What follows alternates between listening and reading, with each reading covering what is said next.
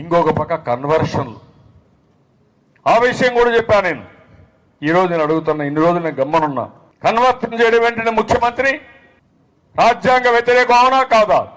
ఎవడిచ్చాడు నీకు అధికారం కన్వర్షన్ చేసే అధికారం? ముస్లిమ్స్ ఉన్నారు, బై బర్త్ ముస్లిమ్స్ వాళ్ళు, క్రిస్టియన్స్ ఉన్నారు, డే బై డే కన్వర్షన్స్ ఇటీవల వస్తూ ఉంటే టెంపుల్స్ దగ్గర పోయి గొడవలు చేయడం, ఫోర్స్ చేయడం, లేకుంటే బెనిఫిట్స్ ఇస్తామని ప్రలోభాలు పెట్టడం. అఫీషియల్స్ అంతా కూడా పోలీస్ స్టేషన్లో, ఎంత దారుణం అండి ఇది! ఒక పోలీస్ స్టేషన్లో క్రిస్మస్ చేస్తారా మీరు?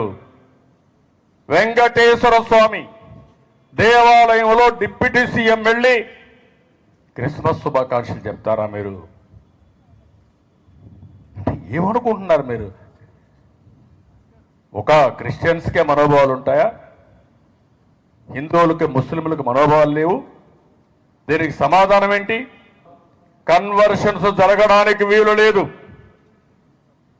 ఒక ముఖ్యమంత్రిగా ప్రమాణం చేశారు,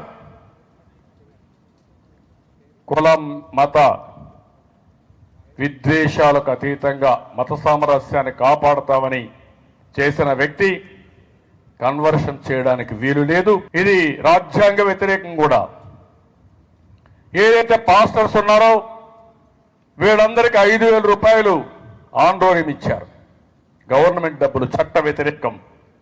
5,000 రూపాయలు మీరు ఇస్తే వాళ్ళందరూ ఎస్సీలు, వివిధ కులాల్లో ఉన్నారు, వాళ్ళకి రిజర్వేషన్లు వస్తాయి. అలాంటి వ్యక్తులకు ఏ విధంగా మీరు 5,000 రూపాయలు ఇస్తారంటున్నా? దీనికి కూడా సమాధానం చెప్పండి.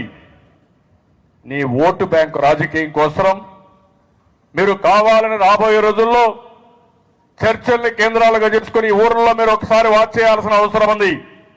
ఇటీవల ఎన్ని చర్చలు గ్రామాల్లో వస్తున్నాయి, ఎందుకు వస్తున్నాయి, ఎవరు దీని వెనకానున్నారు, ఇది కూడా తేలాల్సిన అవసరం ఉంది.